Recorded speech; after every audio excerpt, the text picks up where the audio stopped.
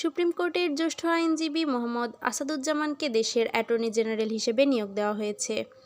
রাষ্ট্রপতি মোহাম্মদ শাহাবুদ্দিন এই পদে তাকে নিয়োগ করেছেন। এ বিষয়ে আজ বৃহস্পতিবার আদেশ জারি করেছে আইন, বিচার ও সংসদ বিষয়ক মন্ত্রণালয়ের আইন ও বিচার বিভাগ।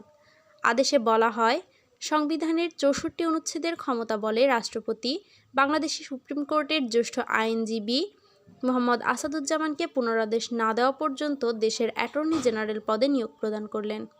দেশের ১৭তম অ্যাটর্নি জেনারেল হিসেবে নিয়োগ পেলেন মোহাম্মদ আসাদুজ্জামান। তিনি এম আমিন উদ্দিনের স্থলাভিষিক্ত হলেন। জানতে চাইলে জ্যেষ্ঠ আইনজীবী মোহাম্মদ আসাদুজ্জামান বলেন, তিনি আজই দায়িত্ব নেবেন। ছাত্র জনতার আন্দোলনের মুখে শেখ হাসিনা পদত্যাগের পর গতকাল বুধবার ব্যক্তিগত অসুবিধার কারণ উল্লেখ করে রাষ্ট্রপতি বরাবর অব্যাহতিপত্র দেন এম আমিন উদ্দিন। এরপর পদটি শূন্য হয়। আজ নতুন জেনারেল নিয়োগ দেওয়া হলো। নিয়োগপ্রাপ্ত নতুন জেনারেল হলেন আসাদুজ্জামান।